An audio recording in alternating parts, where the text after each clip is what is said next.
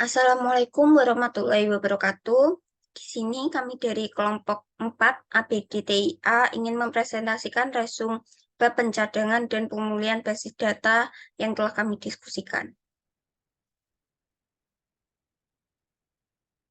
Sebelumnya, izin memperkenalkan anggota kami. Yang pertama ada Ananda Diamanta, yang kedua ada Levina, yang ketiga ada Lintang, dan yang terakhir ada Tikta.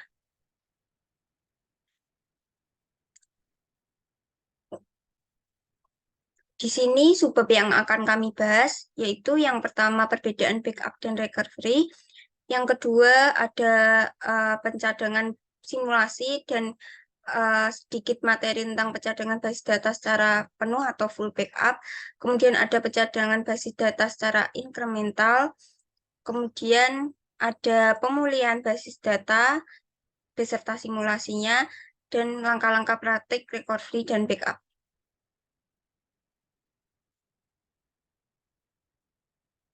Untuk yang pertama ada perbedaan backup dan recovery.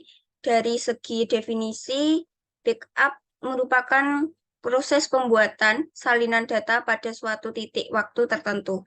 Sedangkan recovery merupakan proses mengembalikan sistem ke keadaan normal setelah kegagalan. Kemudian dari segi aspek tujuan, backup menyediakan salinan data yang dapat dipulihkan saat diperlukan, sedangkan recovery mengembalikan data dan fungsionalitas sistem ke keadaan yang konsisten. Dari aspek isi, backup mencadangkan data berupa full backup atau incremental, sedangkan recovery melibatkan penggunaan salinan cadangan dan mungkin roll forward. Untuk full backup sendiri itu proses menyimpan salinan lengkap dari seluruh data dan struktur basis data pada suatu titik waktu tertentu. Tujuannya memastikan bahwa semua informasi yang tersimpan dalam basis data dapat dipulihkan dengan utuh jika terjadi kehilangan atau kerusakan data.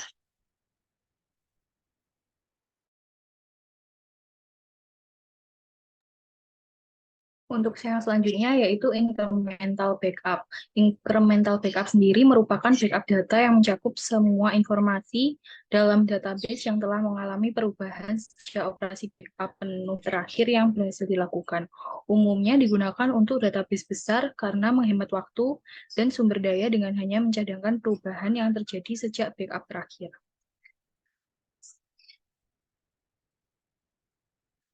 Adapun keuntungan backup full dan backup incremental yaitu pada backup full yang pertama adanya kemudahan pemulihan data, kemudian akses lewat versi, dan yang ketiga yaitu mengurangi pengeluaran yang tidak diperlukan. Kemudian untuk backup incremental sendiri, keuntungannya yaitu pencadangan data lebih cepat dan membutuhkan ruang penyimpanan yang lebih sedikit. Kedua yaitu efisiensi biaya dalam jangka panjang. Kelemahan dari backup full dan backup incremental yaitu yang pertama pada backup full proses pencadangannya lebih lama dan membutuhkan ruang penyimpanan besar. Sedangkan untuk backup incremental pemulihan datanya lebih lama. Kemudian pada subbab berikutnya yaitu terdapat recovery pada basis data. Nah, sebenarnya di recovery basis data sendiri terdapat dua jenis, yaitu ada full recovery dan incremental recovery. Ada tiga aspek yang kami ambil. Yang pertama yaitu definisi. Dari full recovery sendiri yaitu mengembalikan seluruh sistem ke keadaan terakhir yang konsisten menggunakan salinan cadangan penuh yang terakhir kali dilakukan. Kemudian untuk incremental recovery sendiri, mengembalikan sistem menggunakan salinan cadangan penuh terakhir dan salinan incremental terbaru untuk memulihkan perubahan data setelah cadangan penuh. Untuk aspek kedua berupa sumber cadangan, di full recovery hanya menggunakan salinan cadangan penuh terakhir sebagai titik awal. Sedangkan untuk incremental recovery, menggunakan salinan cadangan penuh terakhir bersamaan dengan salinan incremental terbaru.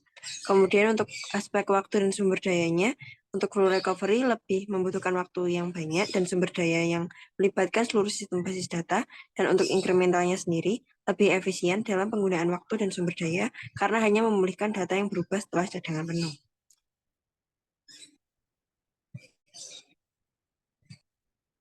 Kemudian berikut terdapat keuntungan dari kedua jenis recovery tersebut. Yang pertama, full recovery, yaitu ada kepastian pemulihan, integritas data terjamin, dan sederhana untuk administrasi.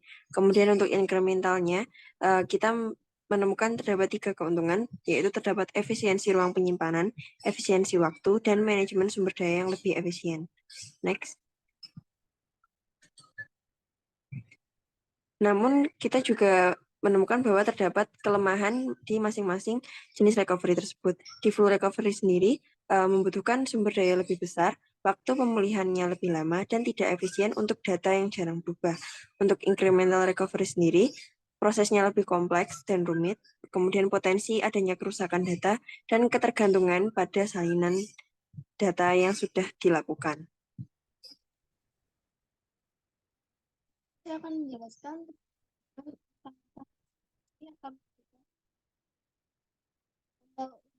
kasus pembelian data. Nah, jadi pada simulasi tugas ini kami menggunakan 2 virtual machine, di mana kedua virtual machine ini mensimulasikan 2 server atau database yang berbeda. Langkah pertama yang kami lakukan adalah kami melakukan backup pada database. Di sini kami gunakan database SampleDB pada virtual machine pertama dengan komen sebagai berikut. Backup database SampleDB itu